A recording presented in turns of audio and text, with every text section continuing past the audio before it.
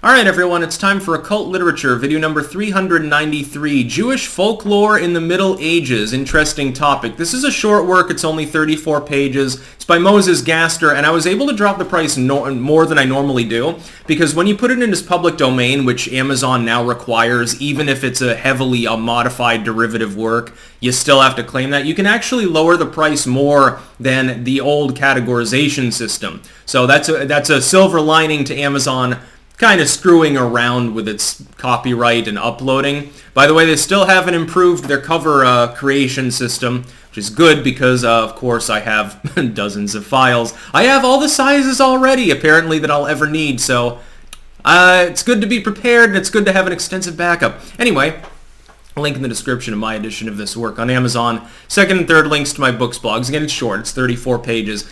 This is one part the actual folklore and one part analysis of the folklore, especially the cultural setting of where it was crafted. So a lot of these tales that come from the Jewish community, Middle Ages or otherwise, they come from effectively ethnic ghettos. Of course, the Jews were herded around from place to place frequently. They were generally lower class individuals. They would have done manual labor mainly, skilled manual labor, and not been paid much, except in nations that allowed interest banking, in which case you get a mercantile class, but that wasn't always present. So a lot of the stories are basically ways of coping with misery and saying a better time will come. Now, there is a little bit in here that attempts to, let's say, revise history. Maybe engage in a little bit of folkloric appropriation. Gaster makes the claim, effectively, that a lot of the Arthurian legends are actually based on Judaism. That's not actually the case. I mean, there's Christian elements, so you can say, well, that's adapted Judaism. Okay, that's true. The actual tales themselves were not adapted from rabbinical stories. Gaster seems to think that they were, or at least make the claim. A lot of stories, some of them are kind of humorous. It's like there's one, this mage or rabbi or something. He's trying to write like a sacred prayer, and he can't figure out what to put in for a couple of the lines. He's like, well, it's almost done, but I'm going to sleep on it because I don't know.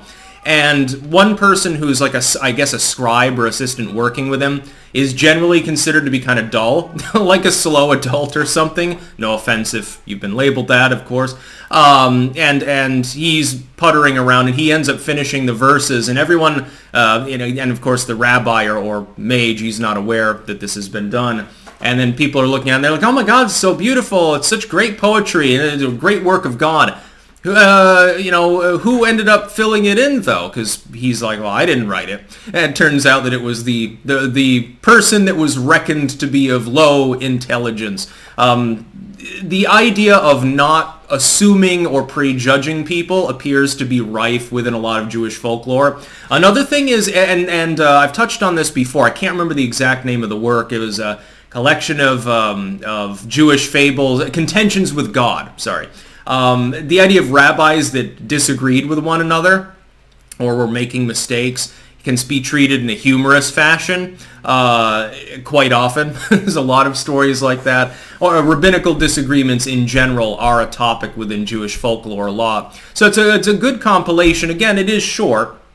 But of course, that means I was able to drop the cost even more. The only advantage of the new format that Amazon uses. I would recommend it if you're into, it doesn't really touch on Kabbalah, like the mystic side of Judaism. This is more pure folklore. If you are into folklore, though, you'll like this. Moses Gaster, fairly well known, by the way, on this subtopic of folklore.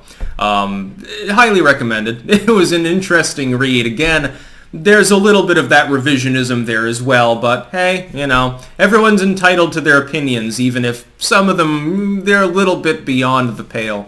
That's about all. Peace out.